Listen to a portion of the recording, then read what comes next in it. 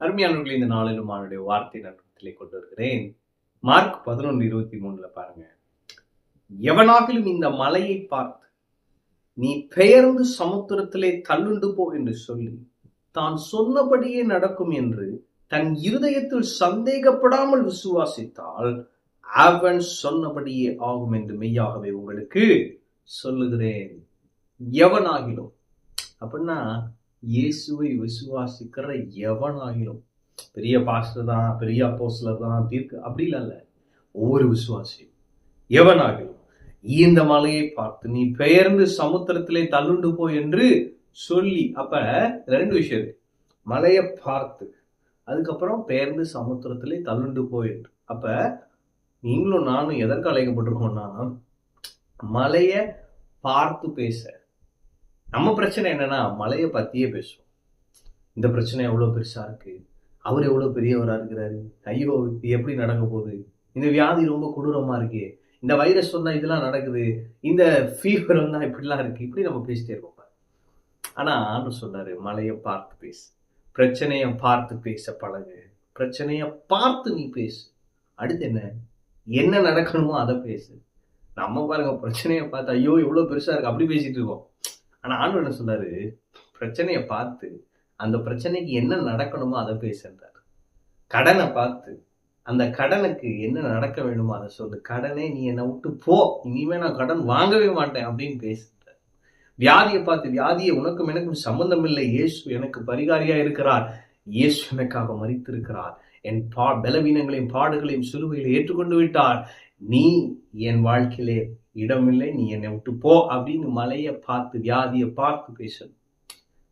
அப்படி பேசுறப்ப என்ன நடக்குன்னா அது அப்படியாகும். ஆனா சீக்கிரட் என்ன பாருங்க, என்று சொல்லி தான் சொன்னபடியே நடக்கும் என்று தன் இருதயத்தில் சந்தேகப்படாமல் விசுவாசித்தால் அவன் சொன்னபடியாகும். சொன்னபடியே நடக்கும்னு இருதயத்துல சந்தேகப்படாமல் விசுவாசிக்கணும். இங்கதான் எல்லாருக்கும் பிரச்சனை. இருதயத்துல சந்தேகப்படாம விசுவாசிக்கிறது எப்படி? இங்க சந்தேகப்படாம விசுவாசிக்கலாம், ஆனா இங்க சந்தேகப்பட்டுதான் ஆகும். அதை எப்படி சரி பண்றதுன்னா, கர்த்தரோடு உள்ள உறவு, ஆண்டவரோட ஒரு உறவு நல்ல முறையில் இருக்கும்னு சொன்னா நான் சொல்றேன், நம்ம இதெல்லாம் தள்ளி விட்டு போயிட்டே இருப்போம். சந்தேகத்துக்கு இடமே இருக்காது, அங்க டவுட் இருக்காது, இருமனம் இருக்காது, குழப்பம் இருக்காது, கேள்வி இருக்காது, ஏன் இது நடக்கல, ஆண்டவர் செய்வாரா மாட்டாரா, ஏதாவது சித்தமா, இந்த மாதிரி பிரச்சனையே அங்க இருக்காது. ஆண்டவர் சொன்னாரு, என்னோடு உள்ள உறவை நீ இன்னும் வலுப்படுத்து, என்னோட நேரம் அதிகம் செலவழி என்று சொல்லுகிறார். அப்படி இருக்கிறப்ப என்ன நடக்குதுன்னா, இருதயத்தில் சந்தேகப்படாமல் விசுவாசிக்கிறேன்.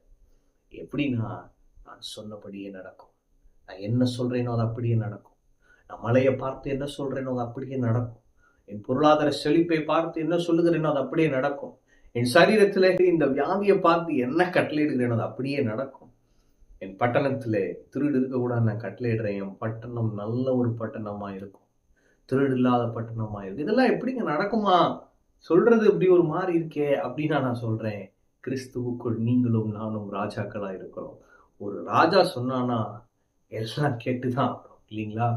அப்ப ராஜாவுடைய வார்த்தைக்கு வல்லமை அதிகம். நீங்களும் நானும் ராஜாக்கள், மரணமும் ஜீவனும் நாவின் அதிகாரத்தில் இருக்கிறோம். எனவே மலையை பார்த்து பேசுங்க, என்ன நடக்கணுமோ அதை பேசுங்க, சந்தேகப்படாம பேசுங்க, முழு விசுவாசத்தோடு பேசுங்க. நீங்க சொன்னபடியே ஆகும். நீங்க உங்க வாழ்க்கையில நீங்க என்ன சொல்றீங்களோ அது அப்படியே நடக்கும். நீங்க உங்க பிள்ளைகளுடைய வாழ்க்கையில என்ன சொல்றீங்களோ அது அப்படியே நடக்கும். நீங்க இந்த சமுதாயத்துல என்ன சொல்றீங்களோ அது அப்படியே நடக்கும். நீங்க சொன்னபடியே ஆகும். ஆமென். எனவே ரொம்ப கவனமா பேசுங்க. நீங்க ராஜாக்கள், ரொம்ப கவனமா பேசுங்க. என்ன நடக்கணுமோ அதை பேசுங்க. தீர்வுகளை பேசுங்க. தீர்வுகளை மட்டுமே பேசுங்க. ஆன்சர்ஸை மட்டும் பேசுங்க. சொல்யூஷன்ஸை மட்டும் பேசுங்க. நீங்க சொன்னபடியே ஆகும். நீங்கள் சொன்னபடியே ஆகும். நீங்கள் சொன்னபடியே ஆகும். ஆமென். கர்த்தர் உங்களோடு இருக்கிறார். கர்த்தர் உங்களை ஆசீர்வதிப்பார்.